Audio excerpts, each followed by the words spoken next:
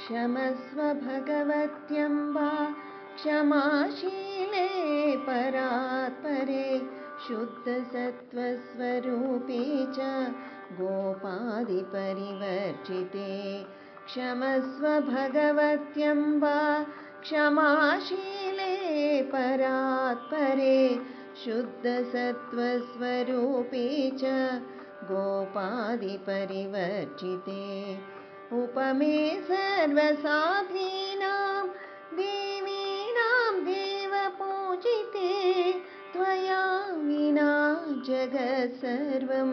मृततुल्यं च निष्फलम् सर्वसम्पत्स्वरूपा त्वं सर्वेषां सर्वरूपिणी राशेश्वर्यदि देवी त्वं त्वत्कला सर्वयोषितः सर्वसम्पत्स्वरूपा त्वं सर्वेषां सर्वरूपिणी राशेश्वर्यदि देवी त्वं त्वत्कला सर्वयोषितः कैलासे पार्वती त्वं च क्षीरोदे सिन्धुकन्यका महालक्ष्मी च स्वर्गे त्वं मर्त्यलक्ष्मी स्वभूतले कैलासे पार्वती त्वं च क्षीरोदे सिन्धुकन्यका महालक्ष्मी च स्वर्गे त्वं मर्त्यलक्ष्मी स्वभूतले वैकुण्ठे च महालक्ष्मी देवदेवी सरस्वती गङ्गा च तुलसी त्वं च सावित्री ब्रह्मलोकतः वैकुण्ठे च महालक्ष्मी देवदेवी सरस्वती गङ्गा च तुलसी त्वं च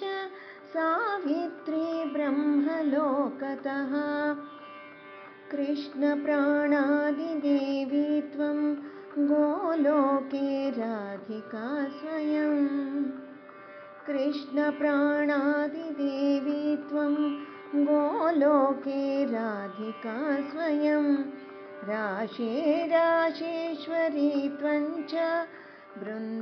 बृन्दावने वने कृष्णप्रिया त्वं भाण्डीरे चन्द्राचन्दनकानने विरजा चम्पकवने शतशृङ्गे च सुन्दरी कृष्णप्रिया त्वं भाण्डीरे चन्द्राचन्दनकानने विरजा चम्पकवने शतशृङ्गे च सुन्दरी पद्मावती पद्मवने मालती मालती वने कुन्ददन्ती कुन्दवने सुशीला केतकी वने कदम्बमाला त्वं देवी कदम्बकाननेऽपि च राजलक्ष्मी राजगेहे गृहलक्ष्मी गृहे गृहे कदम्बमाला त्वं देवी कदम्बकाननेऽपि च राजलक्ष्मी राजगेहे गृहलक्ष्मी गृहे गृहे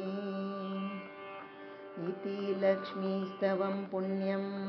सर्वदेवैः कृतं शुभं यः पठेत् प्रातरुत्थाय स्तवै सर्वं लभेत् ध्रुवम्।